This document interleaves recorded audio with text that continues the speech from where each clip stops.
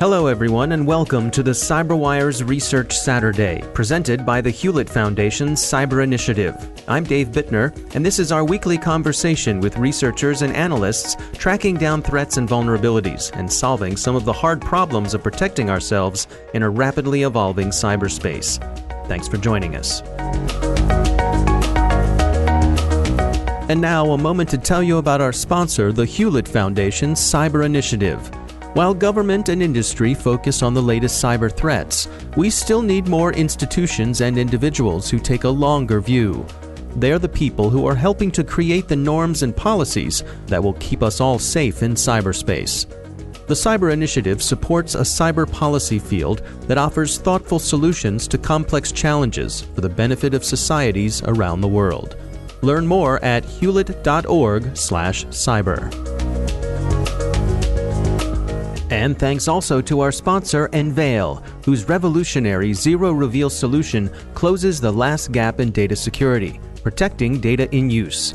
It's the industry's first and only scalable commercial solution, enabling data to remain encrypted throughout the entire processing lifecycle. Imagine being able to analyze, search, and perform calculations on sensitive data, all without ever decrypting anything, all without the risks of theft or inadvertent exposure. What was once only theoretical is now possible with Enveil. Learn more at enveil.com. So as you might know, GPS is one of the most important global positioning systems we're using today. That's Wang. He's an assistant professor of computer science at Virginia Tech. The research we're discussing today is titled, "All Your GPS Are Belong to Us," towards stealthy manipulation of road navigation systems. There are over 1 billion GPS devices that depends on the GPS signals to locate themselves in different places all over the planet.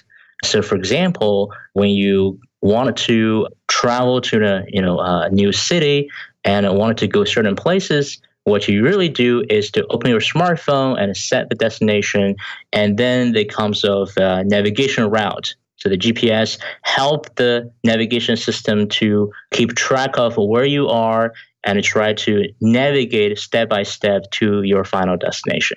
So there are over millions of users are using GPS every day. So that's why we start to look at, hey, how it is possible, whether it is possible to launch attack against our GPS and manipulate the on-road navigation system, and how can we prevent this type of attacks from happening in practice.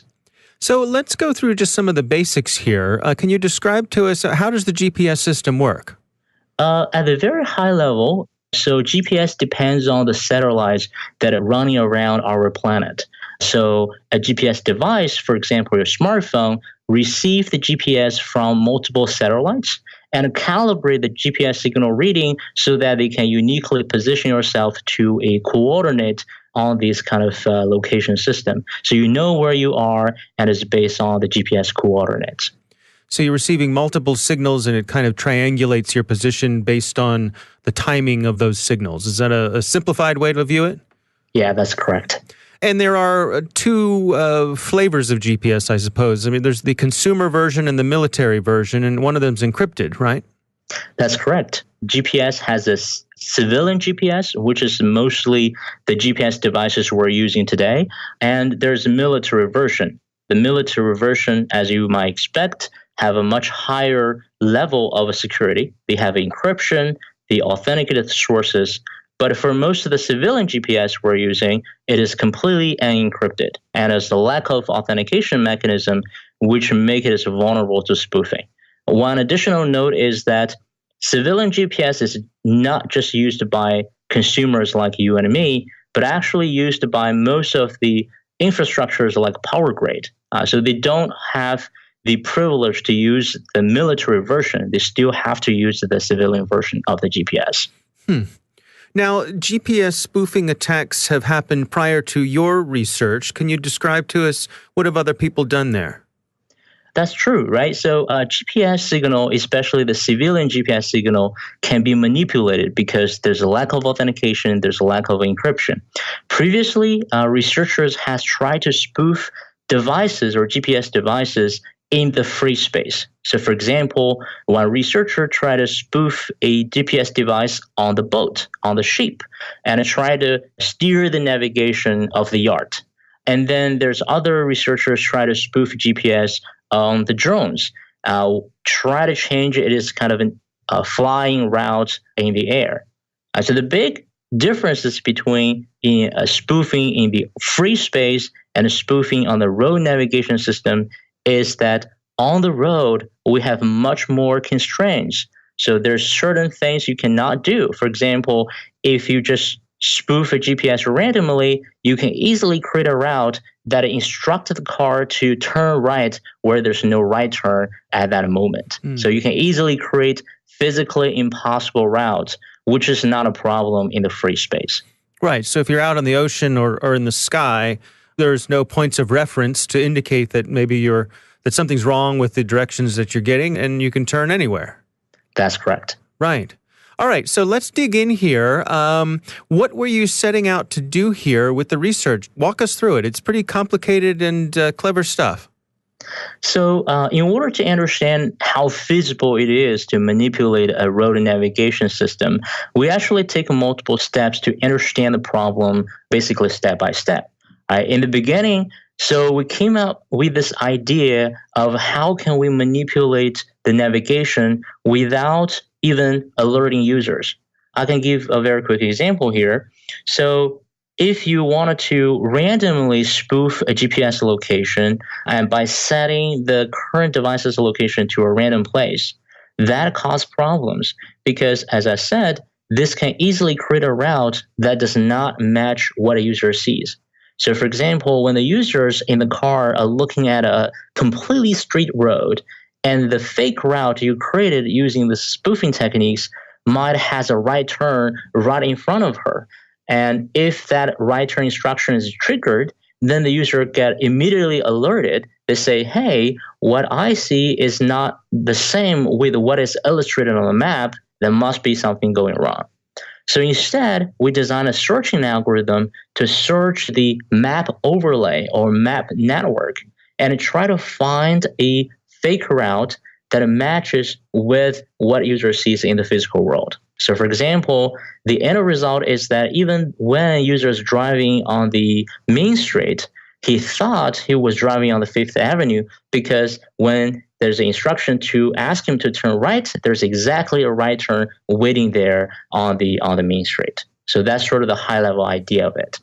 So one of the things that it's relying on is the fact that someone would likely not be very familiar with the area in which they're driving, so they might not be cross-checking street names and things like that. That's correct. So the searching algorithm will be able to find a road that match the shape of the fake road, which means the right turn matches the right turn, and there's a highway, and hopefully there's another highway we can match against it. But there's certain things we cannot match. For example, if the real road has a gas station nearby, but on the map, the alternative fake route does not have a gas station, that could be a potential signal to give this attack away. So user might be able to see it. So the reason, well, based on our testing, it shows that a user are not easy to detect this is exactly because of what you said. When people are driving using GPS, they're typically driving in unfamiliar areas. So for example, if you commute from home to work, it's actually pretty common for you to ignore the GPS, just choose the route you're already familiar with. However, if you travel in a new city that you've never been before, and you actually heavily rely on the GPS navigation to navigate to your destination, again, because you're not familiar with the area, you rely on GPS. So at that moment, rarely can user have enough attention span to cross-check whatever on the road and on the map. So because everything happens in real time, you have to watch out the traffic, and usually the only thing you can focus on is whether the GPS should tell you to turn right or not. And because of that, it's actually hard to spot while in practical scenarios. Yeah, and I suppose this is something that people aren't really primed to look out for. I think in general, we trust that GPS is going to be reliable. That's correct. If there's some familiarity on the road, and you could spend extra time to check whether the road sign matches what is shown on the map, actually this risk could be significantly reduced. Now, take us through what exactly did you do in the physical real world to be able to spoof the GPS signal? So this is actually one of the fun part of this project. Although we sort of described how the algorithm worked, so everything is still in the simulation stage. So my collaborators and I think about taking this to the next level. So we try to understand whether this is actually physically possible. So the way we do it is we build a very low-cost portable spoofer. So the spoofer is actually in total just cost $200-ish, and it include a software-defined radio, which is the main device to generate the fake GPS signal. And we have a Raspberry Pi, which is a kind of, you can think of that as a mini computer that we can program and we can remote control through the cellular network. Mm-hmm. And then there's a portable power, which is really small, can hold the portable device for several hours or even days. And then there's antenna to try to control the power of the signal based on our need. So in total, all those kind of devices put together cost exactly $223. Everything is widely available online and nothing is restricted. And all the software and hardware is actually all open source projects. So this basically means anyone can build a spoofer like this.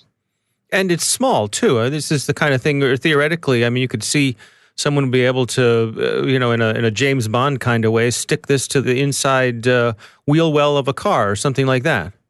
Yeah, so we actually try to use some kind of standard object to illustrate how big it is. So what we did is we put a pen beside of it, and actually it looks exactly like the size of a pen. Of course, it's a square shaped. So this is something you can really put in your pocket if you want. Yeah. So take us through, I mean, you successfully take over the GPS signal. You convince the GPS receiver that you are the satellite constellation. Then what happens? So before I talk about that part, I want to say that it actually takes us quite some efforts to receive the approval to do this type of experiments. Actually, in the US, there's very strict restrictions from performing any kind of spoofing experiment in the outdoor space. So we actually have to rely on some of the collaborators outside the US to perform the actual experiments. So once we start the spoofer, and the spoofer can slightly increase the signal strength so that from the GPS device point of view, there's multiple sources, and there's one source has slightly different power, and their default setting is basically fall back to some higher power devices. So once our devices take over the lock of the targeted GPS device, now we actually can set arbitrary GPS locations for that device. For example, we want the targeted smartphone to be set on Times Square. We can do that by changing the parameters in our spoofer so that the signal will tell the GPS device that, hey, you are in the Times Square. So then once we can control their GPS signals, and the next thing is basically carefully tuning the algorithm to generate the fake GPS signal so that we can trigger the navigation system to generate a fake route. And what happened is that the driver potentially would follow the step-by-step navigation triggered by the fake GPS signal and all the way driving to the wrong destination compared to his original one. So as an attacker, you might also can set up a predefined location to say, hey, I want this driver to drive to that particular location. And this is a highly feasible given our experimental results. Now, do you need to know their originally intended destination in order for this to work? Or does that just make it easier, or if it's harder if you don't have that? So if you know the exact location that the targeted driver wanted to drive to, that will make the attack much easier. To be more precise, it is easier for us to carefully control the GPS signal so that there's a precise turn-by-turn navigation triggered at the right time. So if you don't know the exact location, there's actually a trade-off here. So for example, if you know some rough destination or rough checkpoint that this victim will bypass for sure, you can still run this algorithm, but the trade-off is that the algorithm will be effective, before this victim arrived at a check mark or the rough location that you thought. If after that victim bypassed that check mark, you can no longer run that algorithm anymore. Now, does your system keep track of its own location? How does it know how it's doing along the way? Is it able to adjust? If the driver makes a wrong turn, for example, or passes a turn, would the system be able to adapt to that? Oh, that's a very good question. So suppose the driver failed to follow one instruction through this attack. So because the attacking algorithm is run in real time, the algorithm will be able to adjust, to on the fly generate a new alternative route so that we can adjust the GPS spoofing signals accordingly. This is actually very expected behavior because even when there's no attack, we miss entrances for highways or we miss the right turn all the time. On the other hand, the second question you mentioned is very interesting. So you were saying that how do you keep track of your own location? So as a spoofer, because the fake GPS signal was generated by the spoofer actually can tell which signal is correct and which signal is incorrect. So there's always a mechanism that allows the spoofer to lock on the correct GPS signal without being interfered by the signal they generated. And so is the spoofer generating its signals based on the actual GPS signals? That's correct. You have to be able to know where the target driver is and also where you are so that you can generate the fake GPS signal accordingly. So because, you can imagine the attacking scenario could be we just stick the spoofer on the bottom of the victim's car and then we remote control it. So at that point, the spoofer's GPS location is actually the real location of the car. Now, you also did some simulation experiments to see how susceptible people would be to this. Tell us, how did you do that and what did you learn? So this is actually part of the fun study. So because previously we talked about simulation, real-world measurements, but none of them have real people or real users involved. And part of the attack we designed is to see whether human users or human drivers can detect the discrepancies between the real road and the fake road illustrated on the map. So we actually end up doing a user study. So we recruited 40 people in the lab. Now, in order to do this type of user study, there's very kind of tricky setup. You cannot tell that, hey, we wanted to do attack on you and see whether you can detect it because people would basically detect it. So what we have to do is to apply some deception in the beginning. This is actually a very standard approach for most of the psychology experiments and a user study. So the reason is that you want to make sure that users are not prepared for what is happening, and then you can capture their real reactions. So what we did is we framed the user study as a usability study. So we said, hey, we built a driving simulator, and we want to invite you to come here to assess how realistic this simulator is. So the setup is like this. So we set up a big screen to simulate what people see on the road, and we modified a driving simulator engine, which is supposed to train how people drive and how people drive trucks, actually. And then we designed this driving game where the participant is supposed to deliver a package from location A to location B. Then we let them drive to finish the task. What we didn't tell the user is that during this experiment, we actually simulate the spoofing attack by changing the software setting without notifying them. So they actually experience what it's like when this attack happens on this kind of driving simulation game, and we tell how well they can actually recognize the attack. The result is actually surprisingly good. So 95% of the participants did not spot the attack through multiple driving sessions. So I would consider this attack is stealthy enough for people to recognize effectively. So interestingly, the two people who actually recognized the attack tells us how they did it. One user said he actually recognized there's some discrepancies between the road he actually looked at and also the road on the map, because he thinks he's driving on the highway, but in fact, everything looks like a local way on his front view. So that's how he tells, oh, there must be something wrong with it. Then he stopped the car and asked us, what's going on? Is this software has some bugs? I think that's when we stop the experiment and explain everything. So after all the experiments, we actually perform some user survey interviews, but most importantly, we tell the participant everything about this experiment. Since you already captured their reactions and whether they detected the attack. So this is a part of the user consent process. So users are allowed to withdraw their data if they think they don't want to put the data in this study. So luckily, none of the users actually withdraw their data. They're surprisingly happy to learn this GPS spoofing attack and how it happens.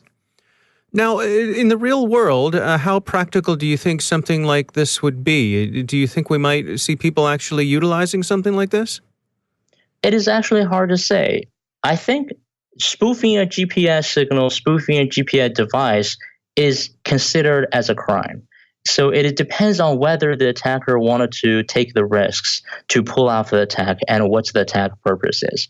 I can imagine that for most of the attackers who don't want to take this risk, there's probably some holdback. But when the incentive is high enough, it is really hard to predict. So for example, right now, GPS devices are integrated with many autonomous systems, including self-driving cars, and some of the cars are really, really expensive. So what if there's an attacker who wants to steal their car by automatically navigate the car to a location that the attacker predefined and wanted to steal their car or hijack the car? That's a possibility. So, for example, there are very expensive drones. What if there are dedicated attackers and try to steer their drone out of the safe area and again try to steal their drone? So far, most of the experiment is done within the civilian applications. I think there's more severe implications of this type of attack in other more critical domains like power grid and other critical infrastructures or even in military.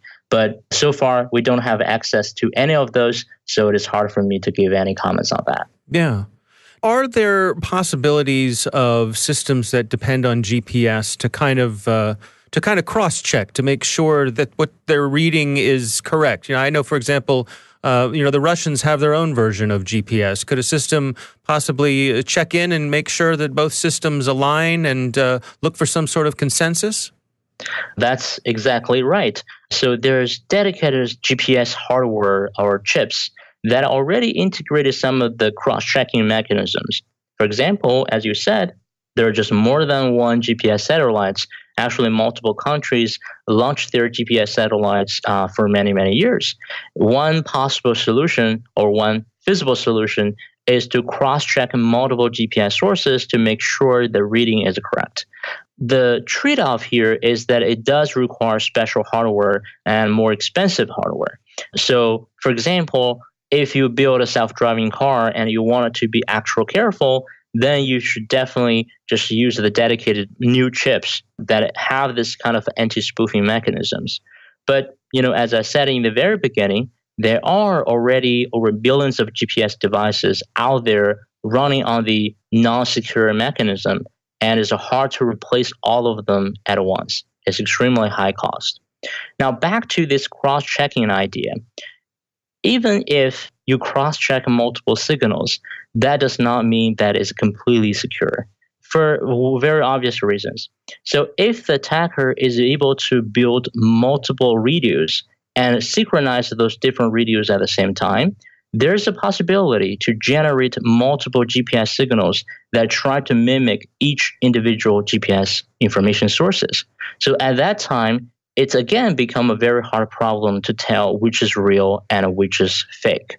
So fundamentally, the solution is limited because the GPS signal has no authentication mechanism and is hard to tell the real ones with the fake ones.